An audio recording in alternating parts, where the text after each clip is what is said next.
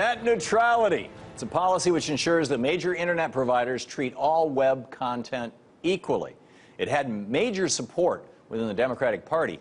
Unfortunately, Democrats lost control of the House last Tuesday. Republicans, along with major content providers and companies like Comcast and Time Warner, have historically opposed attempts to enact net neutrality, to build it into law. And so now that Republicans control the House of Representatives, is net neutrality legislation dead?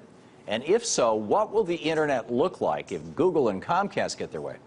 Joining me to discuss this is Seton Motley, president of lessgovernment.org. Thank you, Seton, for coming in. Good to see you, man. Good to see you. First of all, I want to say, I know the election was hard for you, so I got you a cookie. Oh, isn't that sweet? Yes. Thank you very much.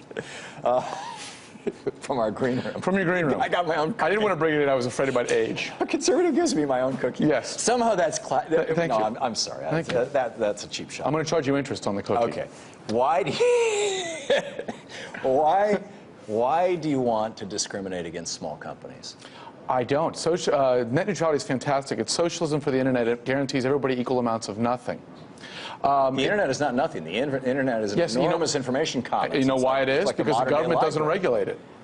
It fascinates me that the left says the internet's doing fantastic, and to save it, we need to insert government into the process. The internet is... The internet was created by government. Doesn't matter. They're not DARPA involved now. They're not involved now. It's a Title I regulated service at the FCC, which means virtually no regulation. Not coincidentally, it's exploded in the last 15 years into the free speech, free market Xanadu that we all enjoy.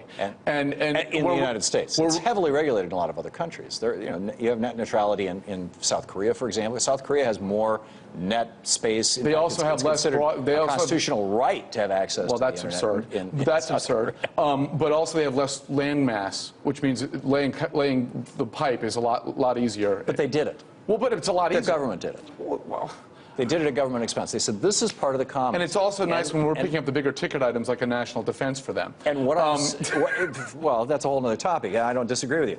But this is, frankly, I would say, A, part of the commons, and it's B... not part of the commons.